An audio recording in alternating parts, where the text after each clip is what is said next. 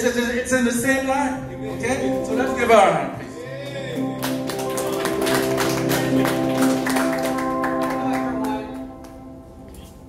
Hello, everyone. Hello. Usually, every Sunday, Sister Johnson always brings in these nice little sayings. I don't know what happened today. I have it. But I always get extra from her because I would like to share with someone that's going through something. And the one I keep, I always date it. So she has one she gave on August 13th, 2016. And she gave one that she gave September the 2nd, 2018, that I will be speaking from.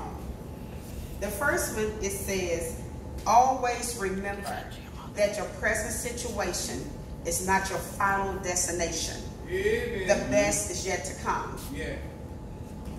Oh, she fooled me. And the other is, until God opens the next door, praise him in the hallway. Amen. I have to praise him because each and every day we all seem to go through things. Amen. And we go through them in order to understand what life is about. And as long as it doesn't kill you, it'll make you stronger. Some things seem like there's no way out. The last couple of days, myself, I have been going through something. There's a possibility I may have to have surgery. So I got up this morning. I didn't feel like going to church. I didn't feel like singing. I didn't feel like doing anything. But then I had to remember all of a sudden on my Bible, these two things appeared through all this in my Bible. Those two appeared to me. So I said, God is trying to tell me something. Yeah. So what I did, I love what Minister Joseph always say. Go to that closet. You can pray anywhere, anytime, any day, any night. With my second job I do, every time I get in that car, I pray and I ask the Holy Spirit to be on the side of me because I'm traveling during the night. So when we get in certain situations, we have to have that faith. That's where it kicks in. That's where it allows us to know that God is here. Yeah. And he hears you, even if he brings something as small, as simple as this into your eyesight. Yeah. And I appreciate that.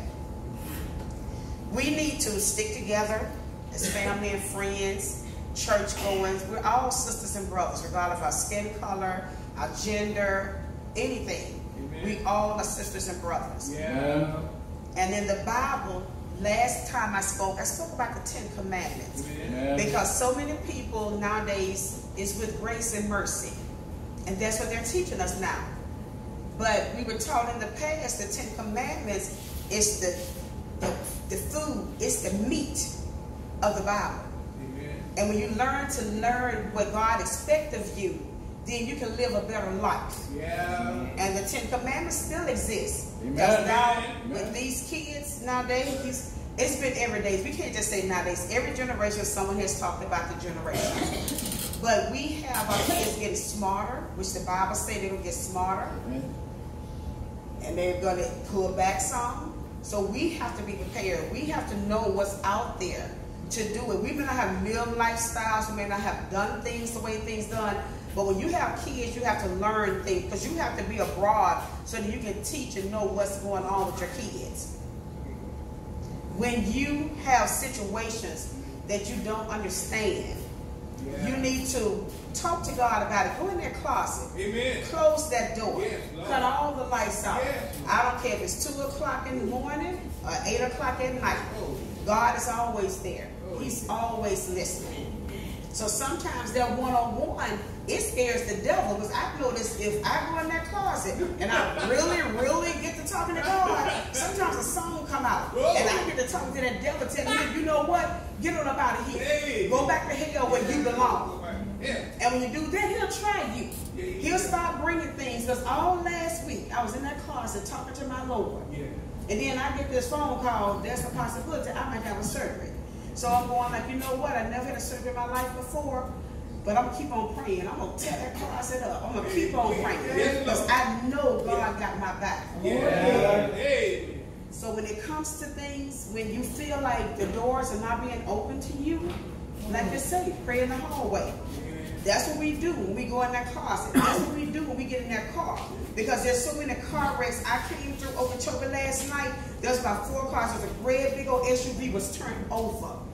It had ambulances everywhere. We had to do a U-turn to come all the way back out. Hit like go down by what is this? Red Lobster. And go out. It was so bad. It was constantly coming. You look in the mirror, they're constantly coming. That was a bad accident. There was 3 or 4 big cars turned over. SUV turned over. All the back of that SUV was towed up. And the first thing Noelle said, Mama, somebody must have got killed. And I didn't want her to see that. I didn't want her to see that. So I turned the best I knew how to get up out of that situation so that she wouldn't have to see that and have a dream about it. So we have to pray every day, regardless of what things look like. They may not be that. And sometimes when we hurt, there's somebody out there that hurt worse than we do. Oh, yeah. So that's why we have to get up and say our prayers each and every day for each other and for us. Don't forget yourself. Amen.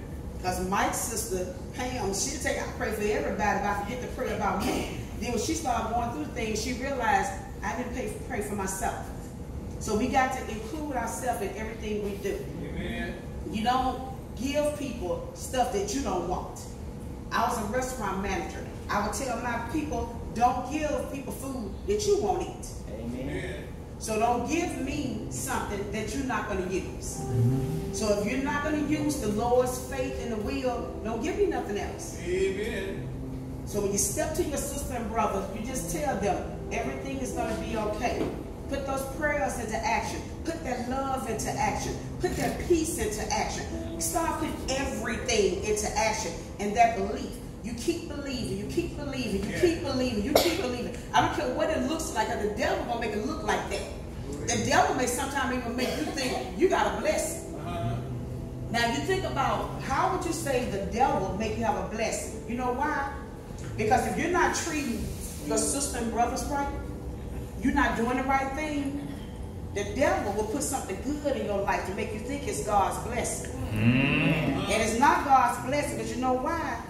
Because you're only being blessed a few percentiles.